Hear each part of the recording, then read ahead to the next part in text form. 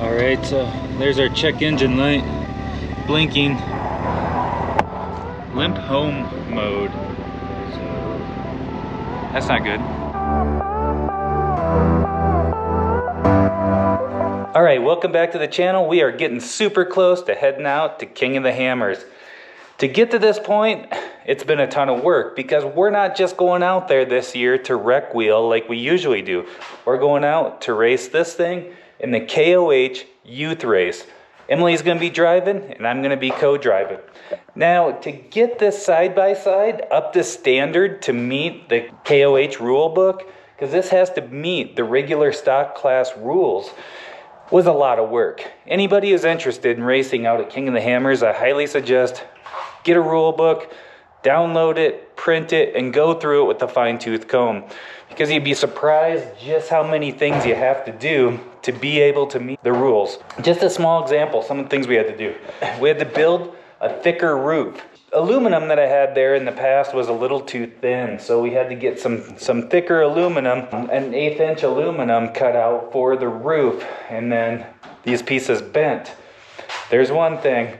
We had to put a bigger winch on there. The winch we had was a 3,000 pound. It's got to be over 4,000 pounds. So there's another thing that we had to do. We had to put a horn on it. It's got to have a horn. We had to put some racing seats and get rid of the hardware that had plastic on there because the stock ones had little rollers. We have to put a main electrical cutoff that we put right there. So when you shut that off, it shuts everything off. We had to add bracing to our roll cage to get all that to meet the safety standards.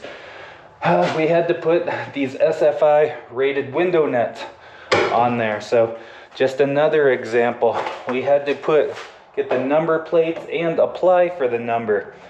The number has to be visible all the way around, so on the back, sides, and front. We had to put a rear light bar with amber colors on it. That's one of the big deals. So that's one of those like strobe light bars that have amber colors and such too. So that's just a small example of some of the things that we had to do to get this thing up to standard. And we had less than 2 weeks to do it. By the time we realized we're going to be able to race in this class, because there was a lot of questions, it's brand new. The rules were just kind of coming out right around Christmas. So by the time we could get clarification whether we could do it or not, only gave us 2 weeks to get all this stuff done. But at this point, it looks like we're going to make it. But now we got to load all this stuff up and first we got to get the camper hooked to the trailer, then get all this loaded inside, and then everything else that we got to get loaded in there as well. All of our tools and supplies and all that kind of stuff, because we are leaving here very shortly. All of your clothes. 10 days. 10 days worth of clothes through the maze of the camper here. Back around all this. Oh, it's so dark in here. What an ordeal. Em, I thought you were supposed to be packing. What are you doing hiding under here? Packing? And packing? This doesn't look like packing. Not working at all. Mom says you're not packing. I am. think you're hiding. We're never gonna leave on time like this. So much stuff to do, trying to keep these kids on track. All right, so I go to pull this thing out of the garage. It has not been out of the garage for a long time. And I get a check engine light. And so I do a quick internet search and how to look up the code and stuff, and it looks like I got a cylinder 2 misfire. The only thing I can think, reading about it, is it sounds like it could be bad gas or a bad spark plug. Considering this thing's always been completely flawless for the last 3,000 miles we had it, I'm leaning towards bad gas. Drain the gas out or suck the gas out or something and put all new fresh gas in there. I think that'd be the easiest thing, and maybe before I head out of town, maybe I can go buy some new spark plugs too. That's not what you want to have happen right as you're trying to leave.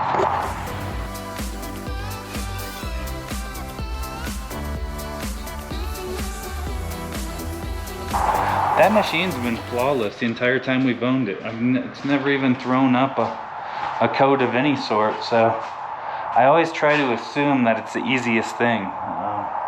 It's not something major, so I think that's the most logical thing. So that's what we're going with. I am siphoning the gas out in the old-fashioned way. We're gonna get this old gas out of here. I think the problem is we just haven't used this thing forever. And I noticed when it was idling, just didn't sound as smooth. Usually this thing sounds really smooth. Guess that's what happens when you don't use stuff for a long time.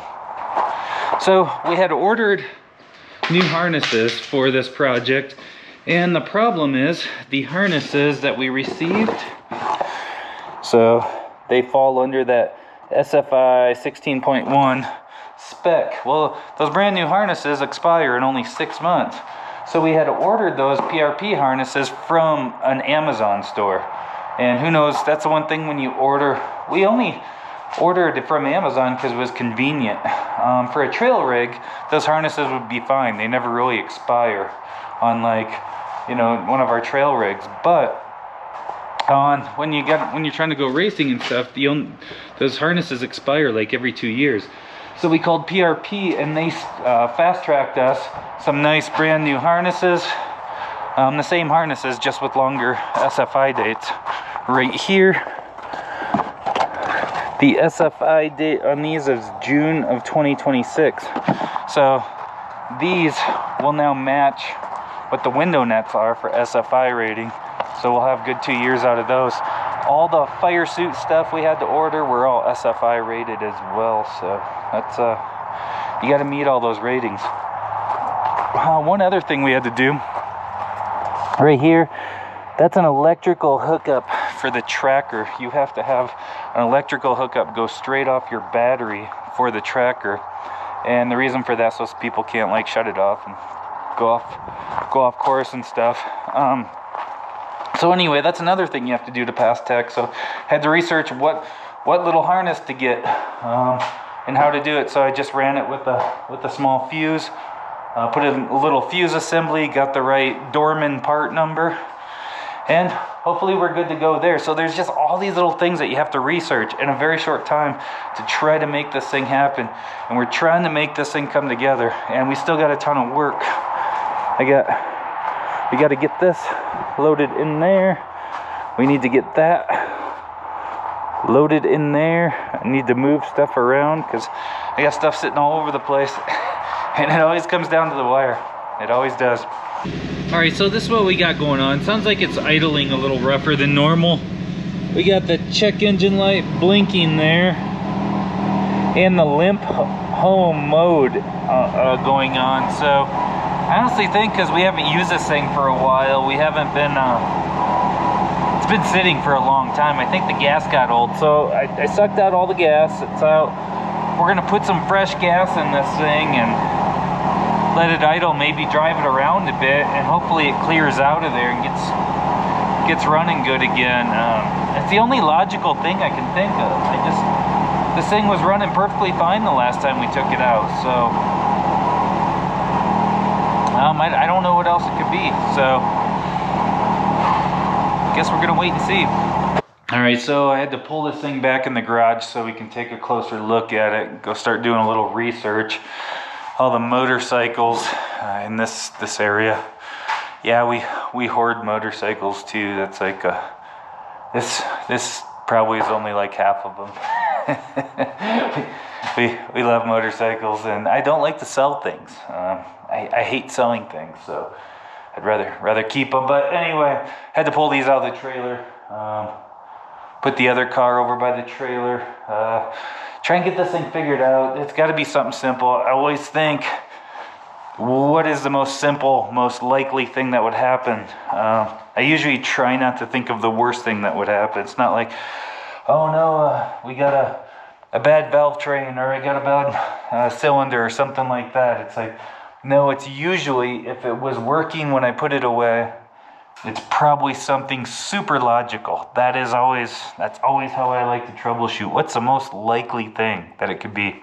So for people who may be wondering why we don't have like a fancier buggy with, you know, nicer aftermarket axles, 40 spline, or spider tracks, or portals, or all that great stuff, well, right here, that's That's why. We like to dabble in a little bit of everything, but not be all in on one thing. And it's, for me, I'd rather be able to have more exposure and do more things than just kind of go all in on one thing. That's always just been my philosophy. So that's why we built this thing as like a budget type deal. And so we can still continue to do this stuff too. So that's just my philosophy. All right, so I put fresh gas in it and I've been revving her up a bit. Let's see.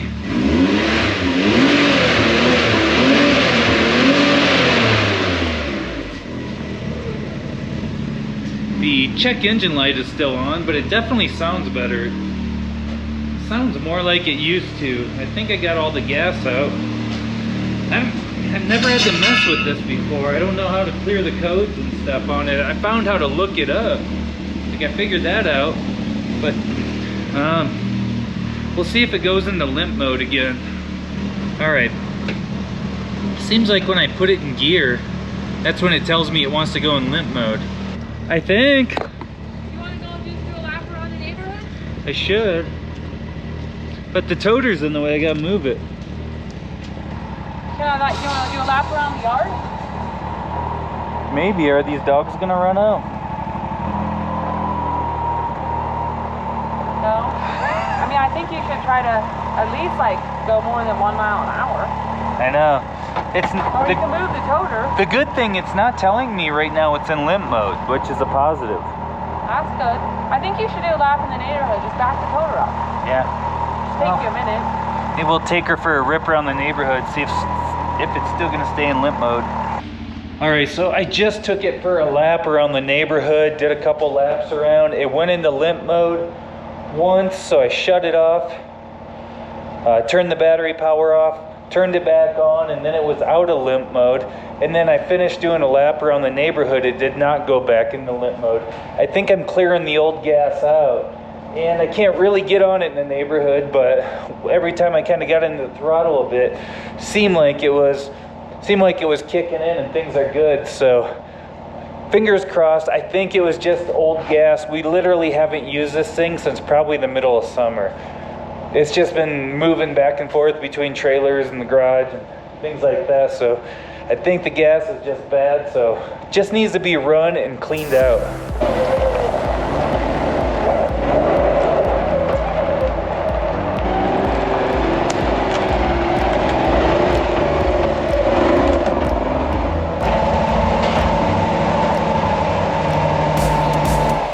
It is late Thursday night.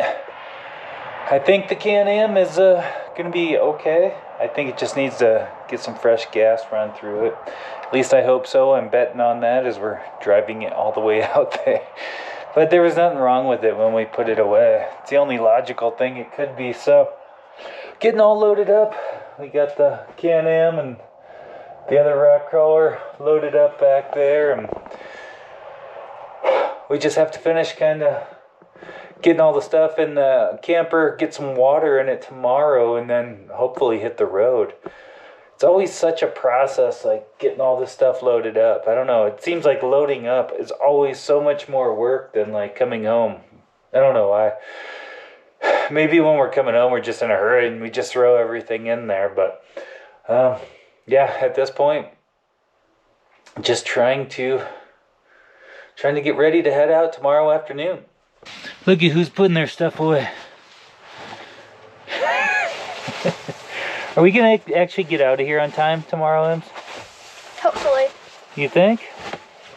Hopefully. Kids, get all your stuff packed. Is it gonna happen? Maybe. What's on time? Like Paul time or our time? Don't tell my son that. Well, he's already there, so we can't really talk. I don't know. There's no room. What's that? There's no room. Put it in Maddie's room.